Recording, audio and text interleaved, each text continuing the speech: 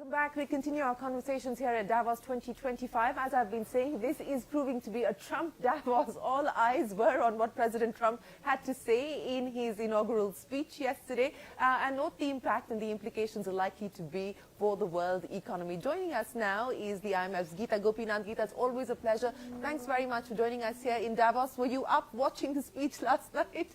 Hi, Shereen.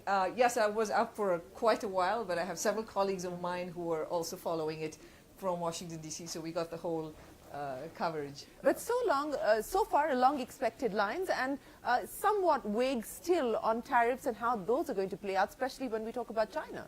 Yes, I mean, and President Trump said he would hit the ground running on day one, and that's what he has done. And he has made several announcements, some very specific on immigration and on energy.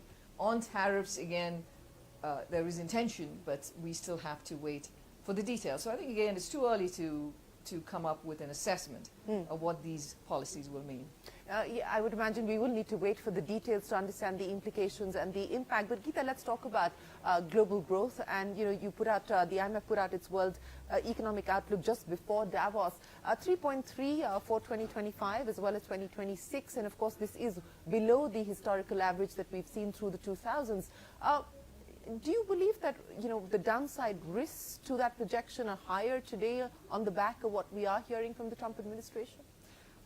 If we look at the very near term, I would say that there are both upside risks and downside risks, but they apply differently for different countries. So in the case of the U.S., there is a lot of positive sentiment. There is a lot of anticipation of deregulation, including also on making the tax cuts permanent. So that could give a positive boost to the U.S. economy, keeping the other policies, even if the other policies are implemented on immigration and on trade.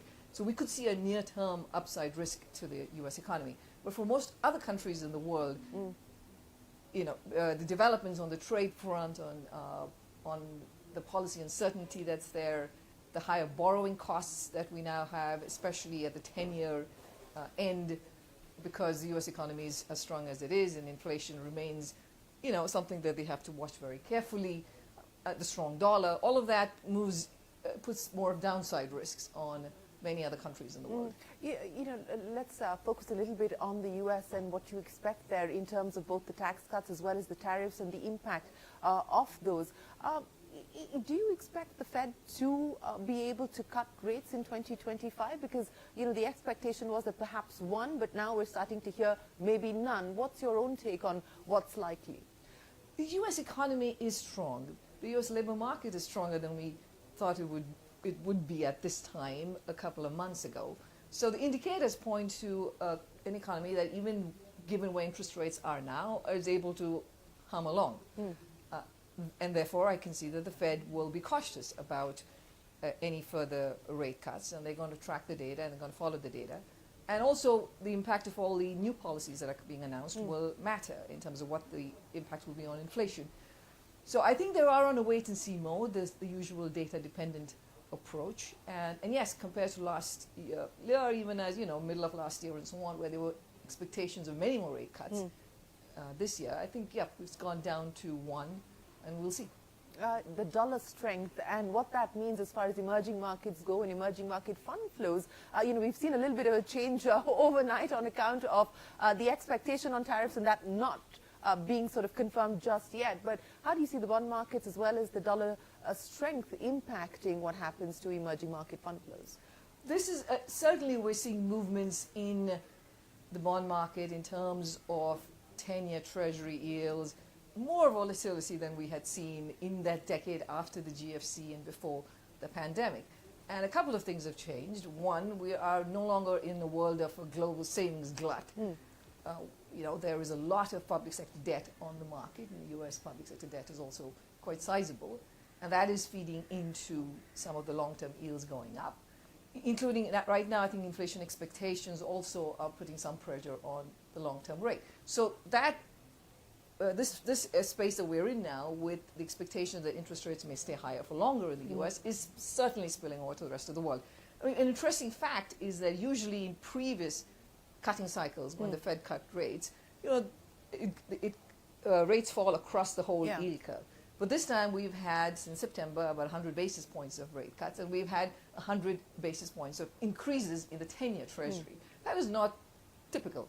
And so this is a different time, and it is a reflection of the fiscal stance, it's a reflection of inflation expectations and what it will take to make sure inflation stays close to target.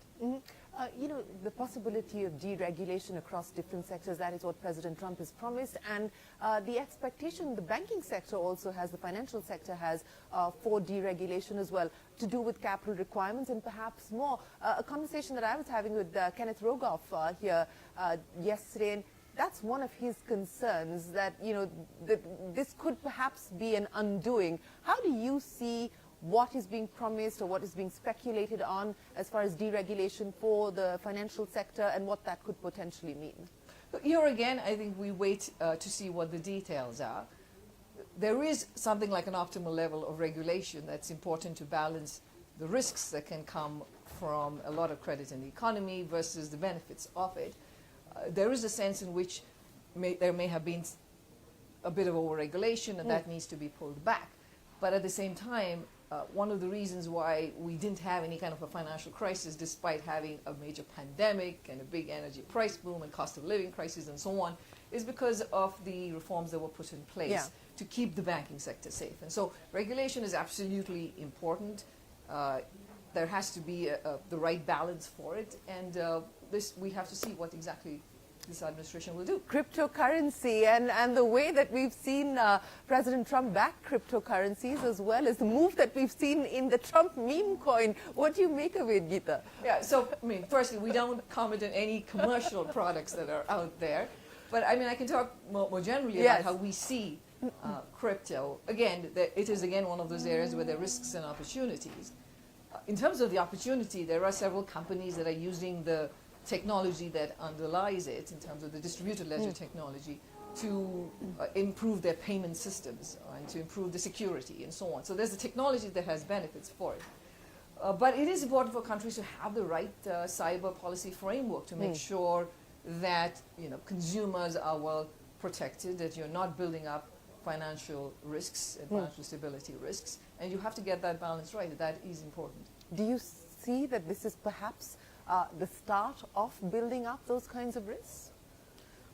Again, it depends upon who is putting their money in these markets. We have many, many kinds of asset classes where there's a lot of speculation that goes on, and animal spirits and so on. So, and so it depends upon who's going to affect it if you do have corrections in these markets. And usually it takes a lot to have a systemic financial stability effect. You need to have the banking system either to have very large exposures, or households to have very large exposures. It's still early days for any of that. Absolutely. So that's not a key risk as far as from a systemic point of view. As of now. As of now, with that caveat on the table. Well, let's talk about India. The outlook that the IMF has put out pegs growth at 6.5%. Still one of the fastest growing large economies in the world. What do you like about India today, and in the context of what we will hopefully see in the budget, what would your expectation be? So firstly, just to emphasize what you said, which is, I mean, India remains the fastest growing large economy of the world.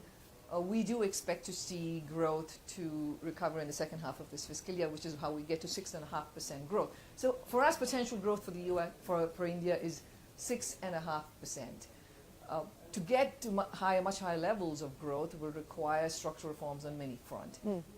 Also, it will require continued public infrastructure investment, which the government has been doing a lot of, but you're going to require that at the central government level, but and the state government level, and to be able to execute on a timely basis, that's going to be quite important. There's also the more long-standing issues in terms of the ease with which you can start a business, the ease of doing business, the ability to buy and sell land, labor reforms. I mean, all of those are required. And lastly, you know, we're now in a world where companies are looking around for how to build their supply networks. And India is an attractive destination for them to do it. So this is an opportunity for India to be able to plug itself more firmly into global supply chains. You know, from that perspective of being able to plug ourselves into the global supply chain, and that's a work in progress at this point in time, we're seeing different sectors do things differently. You know, what would the 2 or 3 recommendations be on what we should prioritize in terms of policy? So firstly, again, infrastructure in terms of port infrastructure, road infrastructure, all of that transportation is extremely important to be able to plug into the global supply network. It's also important to have a much more confidence in terms of what the regulatory environment is going to be, what the tax environment is going to be. That's going to be critical too. And lastly, tariffs will have to be lowered. Because if you want to be a major exporter, most exporters also import inputs from somewhere else in the world. And therefore, having the right level of tariffs, and India is, I would say, on the higher end, bringing some of those tariffs down is going to be important to be a big player in the global supply chain. I also want to talk to you about what's happening in the currency markets, including, of course, what's happened with the rupee. And we are seeing moves across the world at this point in time. But from an India perspective, a depreciating rupee, what will that mean, especially when we talk about our aspirations to be a manufacturing hub and so on and so forth?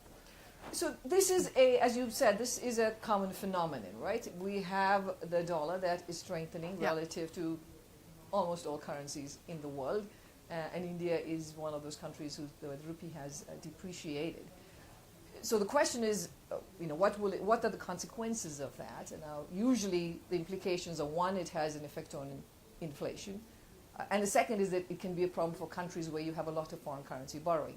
In the case of India, thanks to its monetary policy framework, inflation expectations are well anchored. There's a sound monetary policy that's taking place, so I'm less worried about that. And in terms of foreign currency exposure, is much less, especially public debt. I mean, there's very little. And so those are not the direct concerns.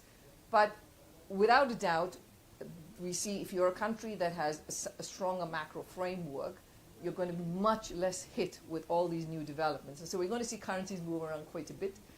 The more you can do in terms of building domestic strength through your domestic reforms, those will be great offsets for these kinds of pressures. China, Gita, before I let you go, the expectation of more measures, more stimulus, what's your own take on what that could potentially mean?